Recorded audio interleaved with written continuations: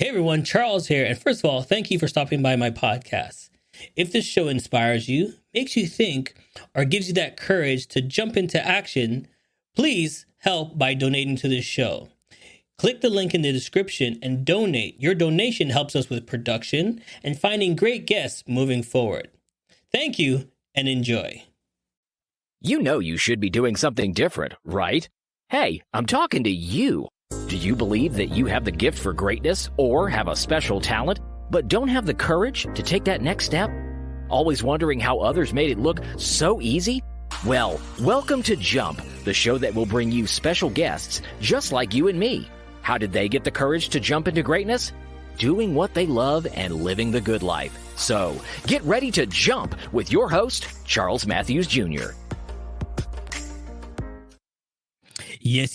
Hello, everybody, and welcome to the Jump Podcast. If this is your first time here, so happy that you can join us. Now, I'm talking about jump, not jumping up and down. I'm talking about jumping into greatness, and that's what we're here to do. I bring interesting guests, just like you and me, to help you get to that next level. So if you're ready to get to that next level, let's make some noise for my guest. Let's go, Chris. What's up? How you doing, my friend? I'm doing okay, Charles. How you doing, man? It's good to be here. I'm so glad that you're on the show. You know, we were talking behind scenes and getting to know each other, and I'm really interested into getting to know your story and what it's all about. But let's get to know who Chris is. Born and raised, where are you from? All right, originally I'm from Baton Rouge, Louisiana. Oh man, so we got to stop about the food right off the bat, man. Tell us the favorite thing right there, the food. Talk about the favorite dish. Yeah, I mean, I've since moved away. I've been gone for about 8 or 9 years now. My parents still there, so I do get to visit quite often. But yeah, one thing that I definitely miss is the food. I did marry a Jamaican, right? So she knows how to cook. She knows how to throw down, so that helps. And she adds a little seasoning to stuff, and it's really good. But yeah, one of the best places probably I miss the most is a place called Raising Cane's. Now they have since become a bit of a franchise because they were so successful, but they started right there next to LSU, go Tigers, right where they first started there. And now they're this big franchise, but that's probably one of my favorite places. It's always been my, if I have one last meal, I'm going with Raising Cane's, man. All right. So the little boy and you growing up, what did you dream about, man? What was your fantasy about becoming? Yeah. My mom used to always tell me when I was like 5, I always said I wanted to be a rock collector. I don't know why, but hey, that's kind of what I must have been into at the time. But so yeah, I mean, I kind of started doing that, but I mean, as I got older, I kind of started doing other things. I remember one thing, I always had the entrepreneurial spirit though, right? So we used to like have candy and fundraisers and stuff at school. And I remember when I was like 8, 9 years old, I would go door to door selling the candy for the fundraiser. And the candy was like maybe $3 or something, but I would sell it for like $6 and pocket the rest. I don't know how ethical that was, Charles, but that was just me thinking, I'm spending my time and my money, to go out here and do this. So I might as well make a little something on the side. I mean, people were just like, oh, look at the cute kid. I'm just like, yep. And I'm pocketing his cash. So I've always been a little bit of an entrepreneur. I always had something on the side going, and finally landed on something that started really working out well. Listen, that's entrepreneurial bug right there. So how'd you, from that, where did you move to? What was the next step? Yeah, so we were pregnant with our first son. We had been married for a few years, finally was getting ready to have our first son. And we had jobs. They weren't the greatest jobs in the world, but they were just paying the bills, We were that kind of family where, if one catastrophic thing happened, whether it's the house or the car or whatever, we'd be in a world of trouble. So I needed to find a way to make some extra money. My wife expressed to me that she wanted to stay home with our son full time. And I was like, man, how am I going to afford this? I couldn't afford it. And I told her that we can't and that she needs to at least have a part-time job. But she looked at me and said, Chris, you need to figure this out. And I was like, oh, okay. So I had to put on my big boy pants really quick. I went online, Googled a whole bunch of garbage, how to make money online, and came across a lot of trash. I tried a lot of it too, but eventually came to the point to where I stumbled across blogging and affiliate marketing. And about 1.5 years after that, I was able to have her quit her job. About 2 years in, I was able to quit mine. And thankfully, it's like been almost 4 or 5 years ago now, which is crazy to think about. But that's where we are now. So let's backtrack 2 steps, because when the wife tells her husband, I need to stay home. You need to figure out the second income. As a man, okay, as a black man, the alarms are going off. Yeah. Every paper you look at looks like a bill. Okay. Yo, who you telling? So, how did you get that courage to jump to say, something? Okay, dear, I'm going to try this. I'm going to jump into action. Well, I've always had some type of secondary income. I always had something going on the side. I moonlight as a DJ every now and then. I've bought and sold clothes online, bought and sold laptops. I've done all types of randomness, but none of it really justified the amount of time I was putting into it with the amount of money I was getting back from it, right? So when she told me that she wanted to stay home, we were going to be losing like a 40 or 50 or so $1,000, into the house a year. Mm-hmm. So like, how do you replace that? You know? Right. So I went online. I stumbled across this guy on YouTube. Oh gosh, I'm just remembering this. His name was the Lazy Stoner, and he talked about how he blogged online and drove traffic to it, and what people would click his links and buy stuff, and then he would make money as an affiliate on the back end of it. And he made it. That was his. Now that I look back at it, that was his shtick. It was that, hey, I'm super lazy and I'm making all this money, So, but I bought into it like hook, line, and sinker, and I jumped into it, and I tried to build up a couple of websites exactly how he mentioned it. I didn't buy his course or anything. I was just looking at his free YouTube stuff, and I sat back and waited for the money to come in, and obviously nothing happened. Got $0 from it, and I thought I did something wrong. And I was like, well, what did I do wrong? What I realized later on was that a lot of what he was doing worked like maybe 3 years ago, 4 years ago. Okay. And that's kind of what happens when you jump into, just free content, this random guy on YouTube, which is basically who he was to me. But because he seemed like he knew what he was talking about and he had the confidence, I was like, okay, he does know what he's talking about. But I didn't let that stop me. I did still understand the business model enough to where, okay, this can work. I just got to find the right way to do it. So I went ahead and invested in myself. I actually finally bought a training course and a mentor to help me with this kind of stuff. And bing, bang, boom, about a year and a half later, I was making a full-time income with it, which is kind of crazy to think about at the time.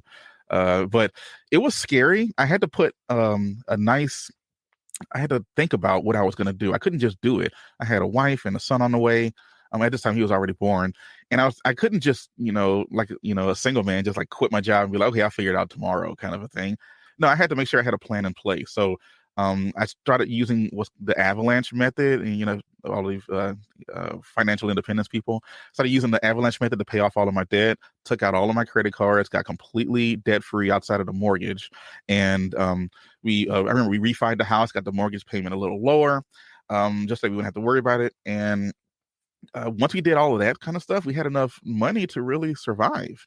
So I was like, okay, if I'm making enough money doing this now, working on it part-time while I was still working a full-time job, how much more so would I be able to make with it if I actually could give it 8 hours a day just on the side hustle? And when I kind of had that in mind, a couple of things happened at work that kind of ticked me off. And I was like, you know what, guys, I'm done. I went ahead and jumped. And I was like, worst case scenario, I just get another job. That's kind of the way that I looked at it. And let's just give it a chance for a year. Then a year came and went, and 2 years came and went, and here we are about 4.5, 5 years later, and we're still going. So I'm trying to stave off employment as much as possible. So basically, your job pushed you out the plane. Yeah, they did. They had approved of a vacation, and I made all of the changes and got the plane ticket, got the hotel, yada yada, ready to go. Just for them, like the week before, to say, hey, we're canceling your vacation, and they're not going to do anything to reimburse me for everything that's there. And I told them, I don't need this job, right? I'm making like 3 times as much money with my side hustle. Right. And at that point, I was just like, you know what, guys, I think I'm done. And I gave them my 2 weeks, and that was it. And then you went on your nice vacation. And I went on my nice vacation. I sure did.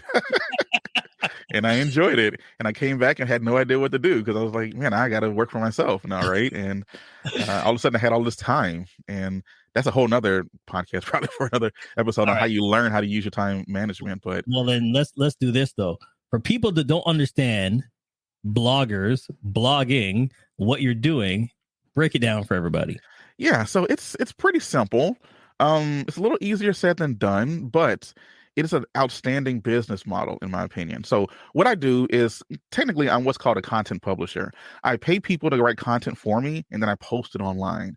And I do so in a nice strategic manner. So, for example, I have a golf blog, right? So with that golf blog, I do what's called keyword research, where I go into Google and I look around and see what type of questions are out there and topics that aren't being answered very sufficiently. And chances are you've probably gone to Google, you Google something, and you find yourself scrolling, trying to look for a good answer for something. That for me is opportunity to create content that does answer the question nice and specifically and provide more value in some other ways. So I go online looking for these opportunities, depending on the topic of the website, or what we call in the industry the niche or the niche, depending on where you are in the world. But we pick that. I come up with a whole bunch of topics, probably 50 to 100 of them, and I write a few myself. But then, in order to do this faster, I have the budget to as well. I have writers who write a lot of the content for me. We then edit it, throw it online, make sure it's accurate, correct, looks great, and those articles draw traffic or people in who are looking for it. So now I have content that talks about golf, right? So now I have people on a blog that are interested in golf, and if that's the case, there's products that I can promote to them. There's drivers, there's golf trainings, there's items on Amazon. I can say, hey, by the way, this is what I use. You should go and check it out as well. Right. And just by doing that, I get what's called an affiliate commission, because I work with these brands. They give me a special little code or link, and when people use it, I get paid for it when they do it. So everybody wins with affiliate marketing, which is why I like it. The manufacturer gets a sale. The person who's looking for something, trying to get out of a jam and help their issue that they're having, they get a good product that fixes that. And then I'm kind of the middleman. I'm right there in the middle that just introduces the brand to the customers, and then I take a small commission from that. Yeah, so it's a process, because everybody always says the best business is giving content, giving knowledge, helping Exactly. the customer. And you're doing all of that by giving them questions that they need to answer. So, for example, they're like, I'm on the green, I'm at 50 yards. What's the best putter to ever use, and why should I use this putter?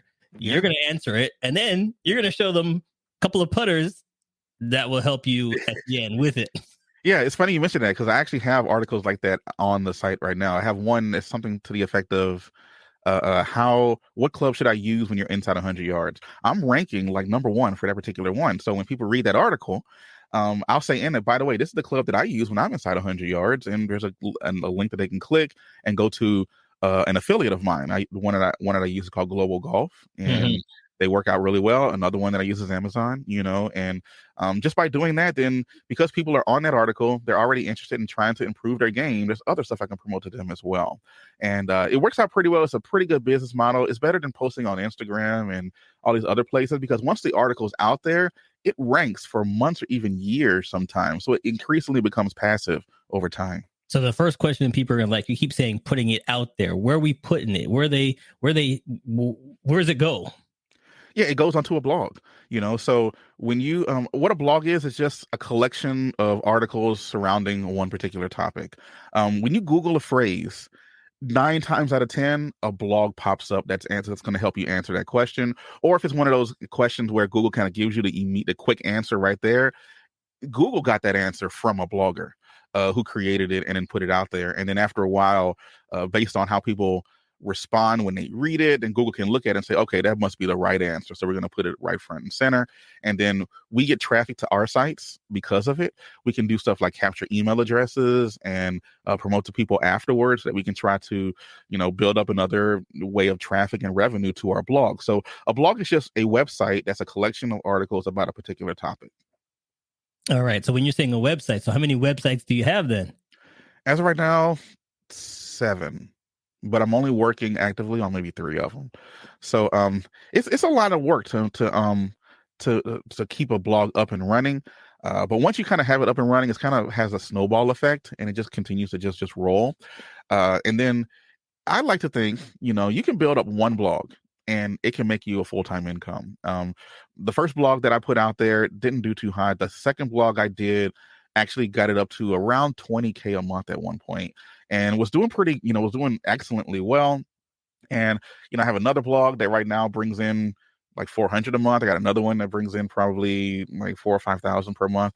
And you just kind of hold on to them and you work on them. It's like building a house, but then once the house is built, you kind of just change a knob here, change a lock there, fix the shutters. You're just kind of keeping it maintenance as it's going along. So let me break this down for everybody to understand now.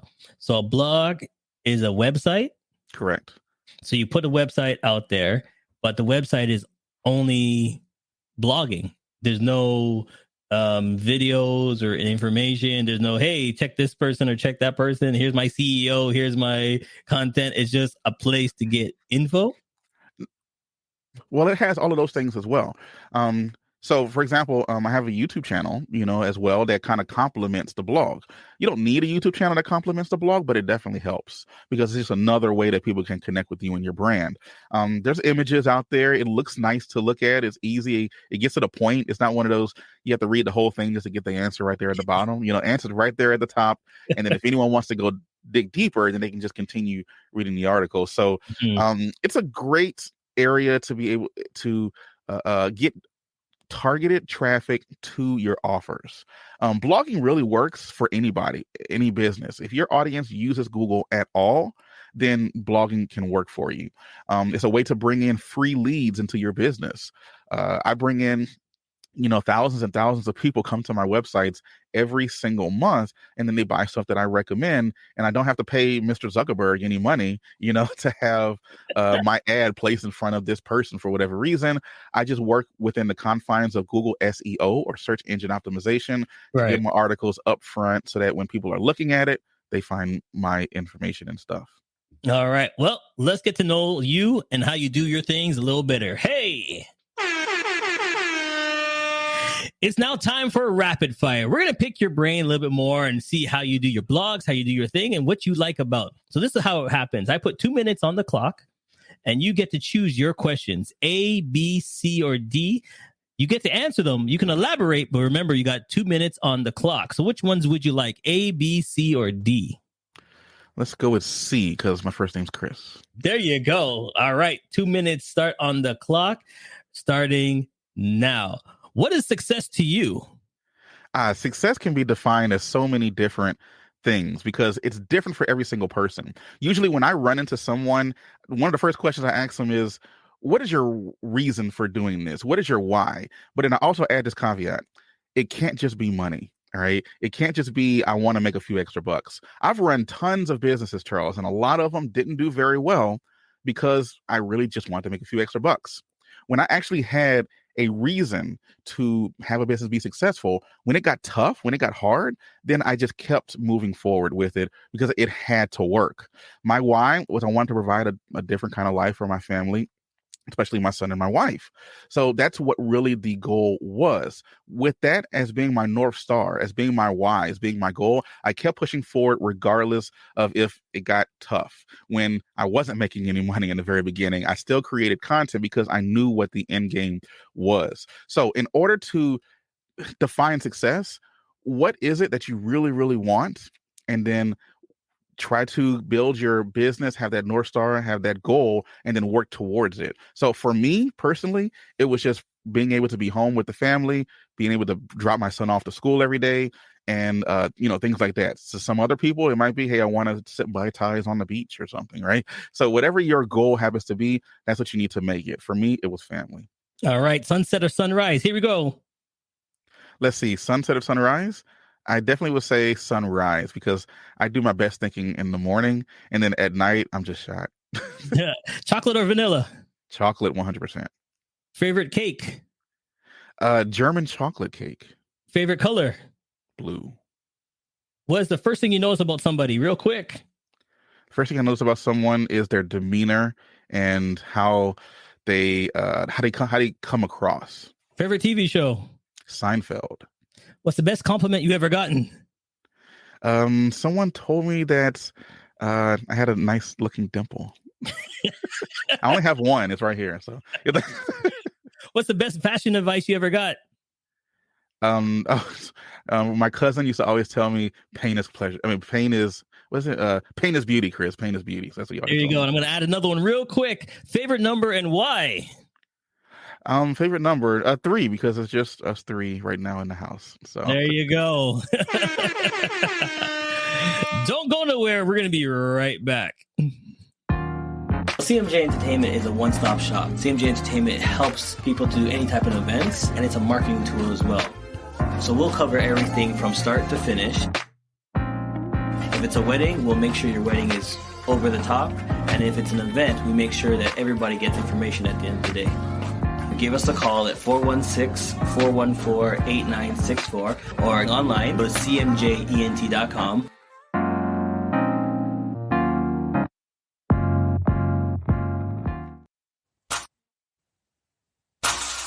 Hey, it's okay if you're driving or too busy to take notes. Charles has your parachute packed with all the info you need to jump into success. Check out the links section for all the tools you need to land safe. Now, let's keep falling with Charles and his special guest.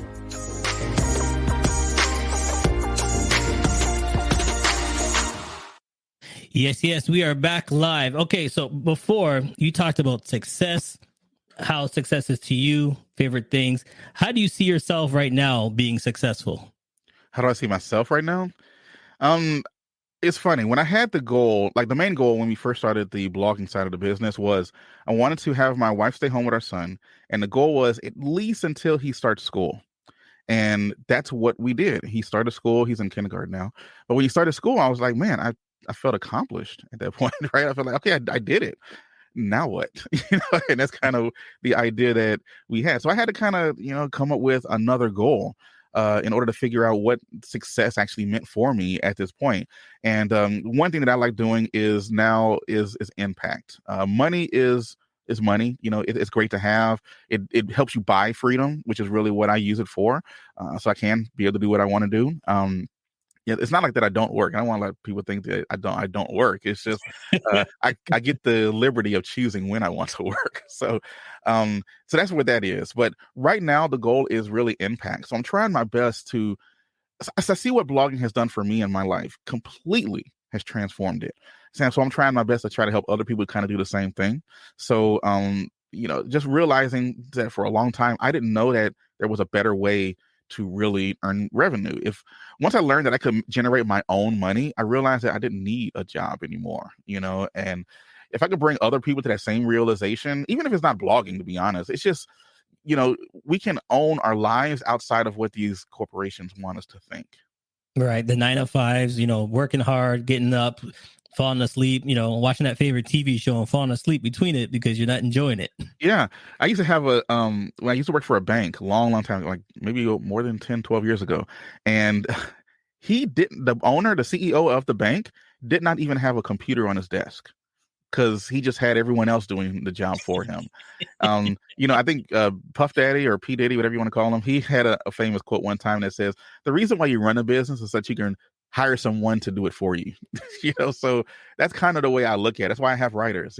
I read the 4-Hour Work Week and it kind of changed my life. So that's what I ended up doing is now I pay other people to do it because my time is more valuable because I can do something more with it, whether it's spending time with my son, whether it's doing more higher level stuff, right? Trying to come up with the direction that I'm trying to steer the ship versus actually down in steerage working the ship, So it really just depends on what that is. But that's kind of how I define it.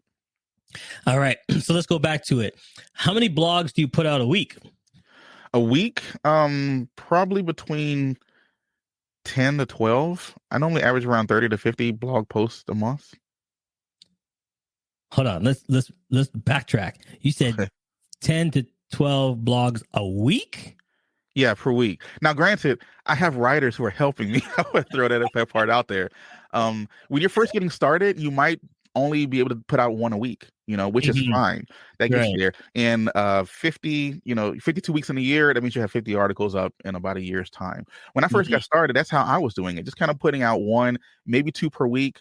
When I started making revenue and I started having more proof of concept, I doubled down on it. I would wake up early in the morning. I'd stay up late. I try to punch in 2, sometimes 3, but mostly 2 articles per day for a long time just to get it up and running. Again, blogging is like a snowball effect. You just gotta, you gotta get it started, and it's tough to get it started at the very beginning, but it's small, and then it goes down the hill, and it gets bigger and bigger and bigger, And once you have that momentum on your side because of that fever pitch of content that you're putting out there, the faster you can see results. So nowadays, I can start up a new blog and have 100 articles out there within a couple of months, and then the website's ready to go.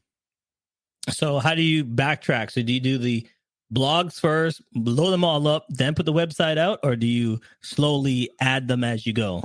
I add them as I go. The way that Google works is that the more time you give your articles to kind of stretch its legs and kind of ferment out there on the internet, the better the opportunity is going to be for it to rank for a long time.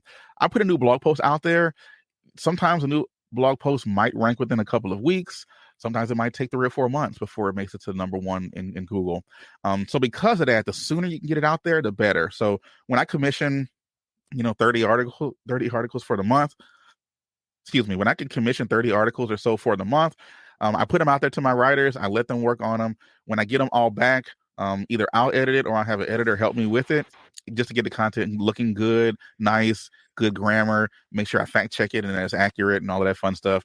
Then we throw it onto the website. We add pictures and videos and images and all of that fun stuff just to make it look really nice, very pleasing to the eye, and then get it out there. So no, newer bloggers, I notice a lot, they will kind of hold their site. Okay, when it's ready to go, just go ahead and push the button on it. But no, as soon as an article is ready, I get it out there as fast as possible. There you go. Don't hold back. You learn from your mistakes. You learn from things. So let's talk about mistakes. What was the number one mistake that you made that you realized, wait a minute, if I just did this, it would have been popping? Yeah. We kind of touched on it earlier, but kind of just trying to always trust free content with stuff. I remember I worked on that blog for at least a solid 2 to 3 weeks. I had articles up, and at that time I was brand new, so I did kind of wait and then just press go on the site. Had maybe 5 articles. I even borrowed some content from other websites that without asking, which is very unethical, and you shouldn't do that. But I didn't know what I didn't know back then, right? So I went ahead and tried it, and I pressed go. And like absolutely nothing happened. I was waiting for the traffic to flood in. I even went to some of these websites and they said, hey, we can send 10,000 people to your website. And I was like, oh, great, for $5. So I go ahead and give them the $5. They send 10,000 people to my website. Not a soul looked at anything. Not a soul bought anything. It was just wasted $5.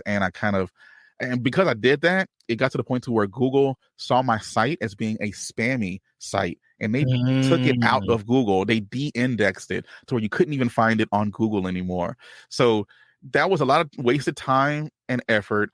But because I had a different reason why I was doing this stuff, I knew that it could work. I just needed to follow a better process. So I kept going with it. And, now I build blogs, probably 3-4 times a year.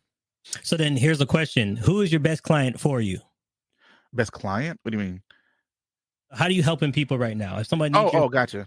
Yeah. So right now I have like everyone has a course. So I have a course that kind of shows you how to do it. But one thing I'm trying to dive in deeper is having a more good connection with people. So I also have a community that I'm building up right now so that people can, blogging is hard because you got to do it by yourself. We're just sitting here in front of our computers typing.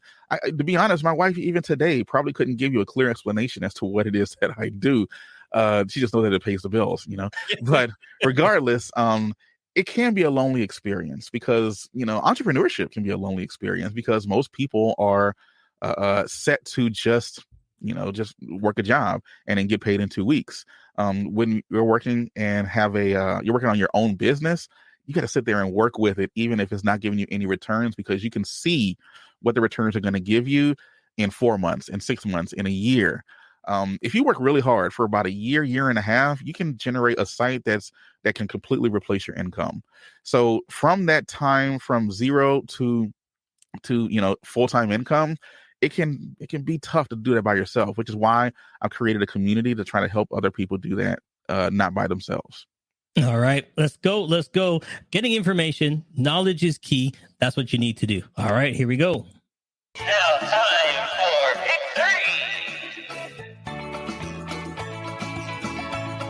3. Yes, it's now time for pick 3. What's going to happen is you get to pick your last 3 questions. So I need you to pick from 1 to 13. Give me 3 numbers. Let's do 12, 3, and 9. 12, 3, and 9. All right, here he goes. What are 3 movies that you would recommend to your audience and why? Ooh, that's a good one. So, Inception is probably one of my favorite movies. Captain Falcon, Captain Falcon. It's a video game. Captain America and the Winter Soldier is probably one of my favorite ones. And let's see, probably Infinity War. The Avengers Infinity War. I am a Marvel geek, by the way, so that doesn't help. Well, those would be three movies. If you had to watch any three movies, those would be the ones I'd say go check them out ASAP. All right, this is not part of the question, but why not? Why not? What? Black Panther Part 2. Rank it. Oh, in terms of like a score of 1 to 10? Yeah. I'll give it a 7.5. There you go. All right. All right. Here it is. Who are 3 people that have been most influential in your life? That's a great question. 3 people. So the first one would definitely have to be my father. He's a very temperamental, I don't know, is that the right word? He's a very temperate man, I should say. Maybe not temperamental, that's probably the wrong word, but he's temperate. So meaning he doesn't get too high, he doesn't get too low. He's very consistent. He's the anchor. He's been that way for the family for a very long time. And because of that, I've kind of picked up that same thing. Try not to get too high, try not to get too low. It can always get worse. It can always get better. So when things seem like chaos is ensuing, being able to use him as an anchor, I've been able to do that same thing for my family up here. When everything seemingly is chaotic, I can go into one particular spot. Another person would definitely have to be my wife. She keeps me grounded for sure. She's very matter of fact, to the point. Some people can kind of get that as, oh, why is she so spicy or whatever? But no, it helps keep us in line, and she does a great job with our son, and it's just an amazing existence. So she's been very influential in making sure that I have the life that I have right now. If it wasn't for her and my son, this wouldn't be a thing, really at all. I'd probably still be working a 9 to 5, not even realizing that there was a different time that you can work in life. Now for a third person, I'd probably have to go with my mother. All right. So I know that might be a cop out, but when it comes to my mother, we can sit down and talk about literally almost everything. It's hard to replace mom, and it's impossible really to replace mom. And the fact that, sometimes I'll have nice, deep conversations with her that I can't have with anybody else. And it could be about the most random things, but she understands how I think, I understand how she thinks, and being able to, have fun with each other, can kind of insult each other, but not take it, too seriously. Can have a differing opinion and not feel as though the other person, is belittling you at all. That's the kind of thing that is hard to replace. Well, just give you a little bit of advice. You're a smart guy putting your mom in that category right there. Okay? You put your wife, your dad. Boy, if you didn't put your mama in that, I would be. That would have been tough. Yeah, no, I agree. Yeah, that would be one deep conversation we'll end up having, I'm sure.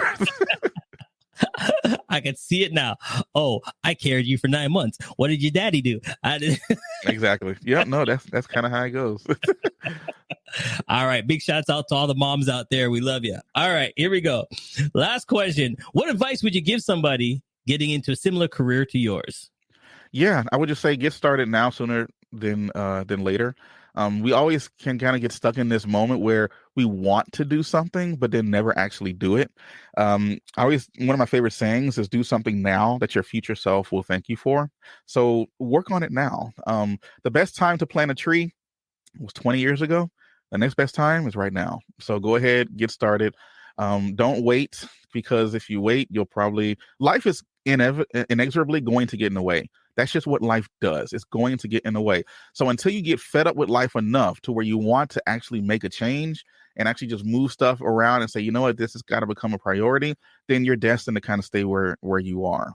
Don't complain about things unless if you can't change them. If you can't change it, you learn to deal with it. If you can change it, do something about it.